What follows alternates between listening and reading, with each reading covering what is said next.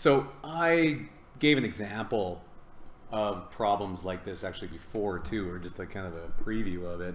So now in these style ones, we're going to see that it's actually going to be a lot easier if we break things up using log laws to begin with, and then take the derivative. It would work either way, but this one would be kind of messy, right? You'd have to take the derivative of natural log, and it'd be 1 over that, and then you'd have to do the quotient rule of the inside. We can just make this a lot easier, and if you remember your laws of logarithms, the natural log of, and then we have some argument where,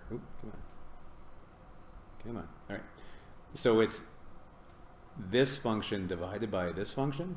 Well, we can separate that out as a subtraction. So this would be the same thing as f of x is equal to the natural log of x squared plus 1 minus the natural log of x plus 1. And there you go. That's going to be a lot nicer to work with. So now let's take the derivative. So this would be f prime of x is equal to step number 1, the natural log, or the derivative of the natural log is 1 over the argument. So 1 over x squared plus 1. And then times the derivative of the inside.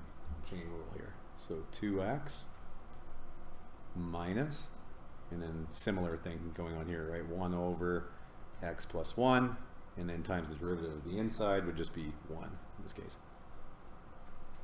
Okay, let's clean that up. So we've got 2x over x squared plus 1 minus 1 over x plus 1. Now we should put this all over a common denominator. So I'm going to multiply this side by x plus 1, top and bottom, and this side by x squared plus 1.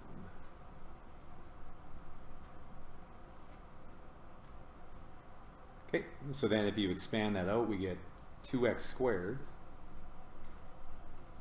plus 2x minus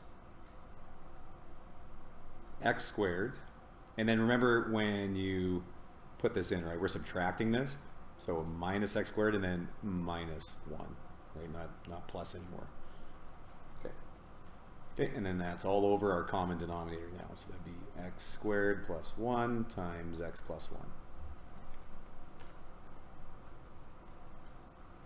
Okay, and then just collecting our x squared like terms. So that's x squared plus 2x minus 1 all over x squared plus 1 x plus 1.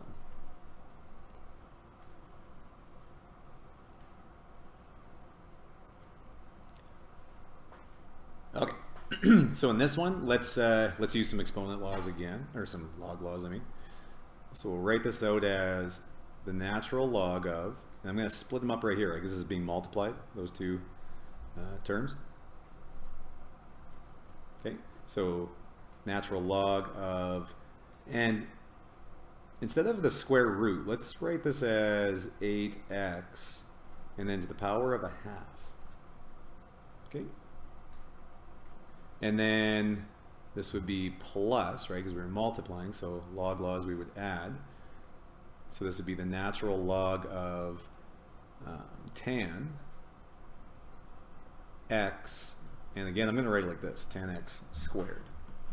And the reason why I did that is because now we can do some more log laws. Let's actually bring the exponents down, right? So this would be y is equal to, and I get to just bring that one down front, right? That's just 1/2 times the natural log of 8x. And then this would be 2 times the natural log of tan.